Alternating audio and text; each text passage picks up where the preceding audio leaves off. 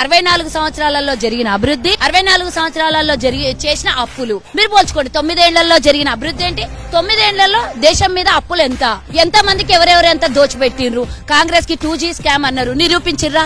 దాన్ని ఓన్లీ మా మీద బదలాం లేపి ఓట్లను దండుకున్నారు. మీకు చరిత్ర ఏమన్నా ఉన్నదా బీజేపీకి చెప్పడానికి? కాంగ్రెస్ కి ఇంత చరిత్ర ఉన్నది, మీకేం చరిత్ర ఉన్నది?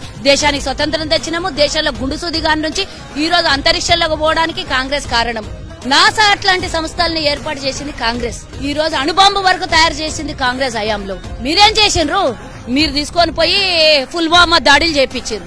మేము అనాలే మిమ్మల్ని, మేం బహిష్కరించాలే మిమ్మల్ని, మేము ఈ రోజు దేశ బహిష్కరణ చేయాలి మిమ్మల్ని అని అడుగుతున్నా నేను.